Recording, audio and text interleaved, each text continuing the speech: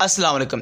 आज का टॉपिक का नाम है एंजाइम। बहुत आसान और सिंपल सा टॉपिक है मेरे बच्चों। जो एंजाइम की स्टडी है उसको कहते हैं जाइमोलॉजी, और दुनिया में सबसे पहला जो एंजाइम डिस्कवर किया था वो था डायस्टेस, और जहाँ से निकाला था वो था ओट प्लांट से सबसे पहले डायस्टेस को निकाला, और हमने देखा कि एंजाइम नाम की कोई चीज़ मौजूद होती है।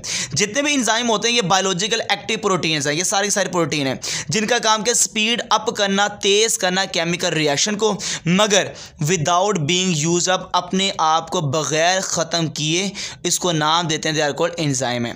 ये आपके सामने एक एंजाइम मैंने बना दिया है। ये जो एंजाइम है ये हंड्रेड्स ऑफ अमाइनो एसिड से मिलकर बना हुआ है, जो कि ज्वाइंट होते हैं, क्वाइल्ड होते हैं, then form a globular structure, फिर जाके ये ग्लोबुलर स्ट्रक्चर बन जाता है। हंड्रेड्स ऑफ अमाइनो एसिड मिलने के बाद, ज्वाइंट होने के बाद, क्वाइल्ड होने के बाद ये ग्लोबुलर स्ट्रक्चर बनाते हैं, और इस ग्लोबुलर स्ट्रक्चर वाले इसको नाम देते हैं, दे आर कॉल्ड एंजाइम है।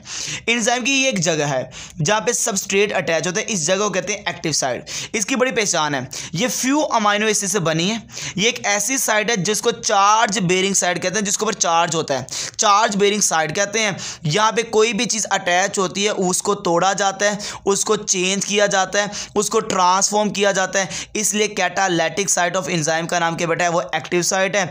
एक ऐसी जगह जहाँ पे सबस्ट्रेट अटैच होता है ना, उसको एक्टिव साइट कहते हैं। मैंने चार पहचान बता दी आपको। एक ऐसी जगह जहाँ पे फ्यू अमाइनो एसिड है, जो चार्ज बेरिंग साइट है, जो कैटालिटिक साइट है, और जहाँ पे अटैच होता है सबस्ट्रेट, उस जगह को नाम देते हैं, they are called active site है। अटैच कौन होता है, सबस्ट्रेट। सबस्ट्रेट क्या होगा, एनी सब्सटेंस, कोई भी चीज़ आयंस की फॉर्म में हो, मॉलिक्यूल्स की फॉर्म में हो, एटम की फॉर्म में हो, कोई भी सब्सटेंस जो अटैच होते हैं एक्टिव साइट के साथ, हम उसको नाम देते हैं, दे आर कॉल्ड सबस्ट्रेट है। उसको क्या नाम देंगे, दे आर कॉल्ड सबस्ट्रेट। और मेरे बच्चे इससे बनता क्या है, इससे एक ही चीज़ बनता है, उसका नाम क्या बड़ा प्रोडक्ट है। ये सबस्ट्रेट अटैच हुआ, अटैच होने के बाद इस सबस्ट्रेट को कन्वर्ट कर दिया प्रोडक्ट के अंदर, इस जगह ने किया जिसका नाम क्या है, एक्टिव साइट है। अब जितनी भी बाकी जगह है इसमें भी अमाइनो एसिड है, तो bulk of remaining amino acid maintain करते हैं, जितने भी बाकी अमाइनो एसिड वो मेंटेन करते हैं globular structure of enzyme.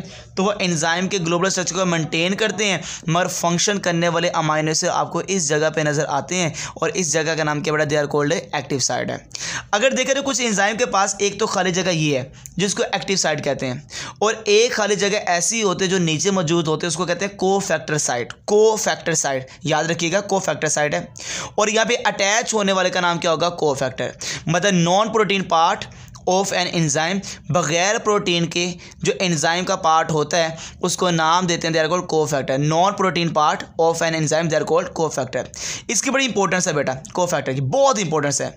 Enzyme का source of chemical energy cofactor है, केमिकल रिएक्शंस में कंट्रीब्यूट करने वाला कोफैक्टर है, सबस्ट्रेट को अटैच करके ब्रिज बनाने वाला, सबस्ट्रेट को एंजाइम के साथ अटैच करवा के ब्रिज बनाने वाला, पुल जोड़ बनाने वाला, वो ब्रिज बनाने वाला कौन है बेटा, वो कोफैक्टर है। अब इस कोफैक्टर की तीन टाइप्स हमारे पास। एक ऐसा कोफैक्टर जिसको देखा जाए वो उतर भी जाए, वो एक्टिवेटर है। ऐसा कोफैक्टर जो कोवलेंटली बॉन्डेड हो उसको प्रोस्टैटिक ग्रुप कहते हैं, और एक ऐसा कोफैक्टर जो लूजली बॉन्डेड हो उसको कोएंजाइम कहते हैं। एक्टिवेटर इनऑर्गेनिक मॉलिक्यूल है, प्रोस्टैटिक ग्रुप वाला कोफैक्टर ऑर्गेनिक मॉलिक्यूल है, ये कोएंजाइम वाला ऑर्गेनिक मॉलिक्यूल है। मतलब तीनों के मैंने नेचर बता दी। एक्टिवेटर वाला इनऑर्गेनिक होगा, ये ऑर्गेनिक है, और ये भी कौन सा बेटा, ऑर्गेनिक है। एक्टिवेटर की मैंने क्या पहचान बताई, एक ऐसा कोफैक्टर जो रिमूवेबल है, detachable non protein part of an enzyme, एक ऐसा नॉन प्रोटीन पार्ट, एक ऐसा कोफैक्टर जो उतर भी सकता है, उसको एक्टिवेटर कहते हैं। जैसे कॉपर हो गया, जिंक हो गया, मैग्नीशियम हो गया, आयरन हो गया, ये सारे के सारे इनऑर्गेनिक मॉलिक्यूल, सारे के सारे बेटा कौन है, एक्टिवेटर है। जो ऑर्गेनिक मॉलिक्यूल है जिसको प्रोस्टैटिक ग्रुप कहते हैं, ये कोवलेंटली बॉन्डेड होने वाला non protein part of an enzyme, covalently bonded होने वाला प्रोस्टैटिक ग्रुप होता है। जैसे heme of globin, globin protein है और हीम इसके साथ अटैच है covalently, they are called prosthetic group है। कोएंजाइम है, ये भी ऑर्गेनिक मॉलिक्यूल है मगर ये लूजली बॉन्डेड होता है नॉन प्रोटीन पार्ट एंजाइम के साथ लूजली बॉन्डेड होने वाला, दे आर कॉल्ड कोएंजाइम है, जिसमें NAD आ जाता है और कुछ डेरिवेटिव्स आ जाते हैं किसके बेटा, विटामिन्स के। तो कुछ विटामिन्स लगा रहे हैं और कुछ NAD लगा रहे हैं, ये बेटा दोनों टाइप से किसकी बेटा, कोएंजाइम की। अब आपके सामने क्वेश्चन है, ये थी कोफैक्टर की टाइप, जैसे मैंने एक्टिवेटर बताया, प्रोस्टैटिक ग्रुप बताया और कोएंजाइम बताया। अगर मैं कहता हूं फॉर एग्जांपल एक ऐसा एंजाइम जिसके पास कोफैक्टर नहीं है तो वो एंजाइम काम नहीं कर सकता। एक ऐसा एंजाइम जिसके पास कोफैक्टर मौजूद है वो काम कर सकता है, जिसके पास कोफैक्टर नहीं है तो वो हड हराम एंजाइम हुआ। और जो काम करने वाला होगा उसके पास कोफैक्टर मौजूद होगा वो बेटा काम वाला बेटा होगा, मादा ओ पुत्र होएगा जरा काम करदा वे। इसका मतलब हमारे पास एंजाइम की दो टाइप्स आ गई। एक एंजाइम वो है जिसको कहते हैं अपो एंजाइम, एक एंजाइम कौन सा, होलो एंजाइम। मतलब एंजाइम बगैर है negative cofactor is equal to apoenzyme, enzyme plus cofactor ये नॉन प्रोटीन पार्ट जिसके पास मौजूद है प्लस का निशान, they are called holoenzyme. तो अपो एंजाइम की पहचान एक एंजाइम विद कोफैक्टर रिमूव्ड, जिसके साथ कोफैक्टर रिमूव्ड है नहीं मौजूद, अपो एंजाइम है। ये इनएक्टिव फॉर्म है एंजाइम की, इनएक्टिव फॉर्म।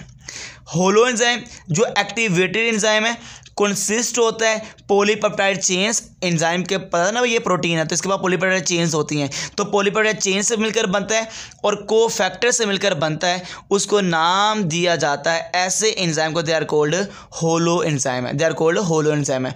तो consisting of polypeptide chains and cofactor are called holoenzyme. और holoenzyme active form enzyme की और एग्जाम्पल क्या है, पेप्सिन, और हड हराम की बड़ा एग्जाम्पल क्या है बेटा, पेप्सिनोजेन है।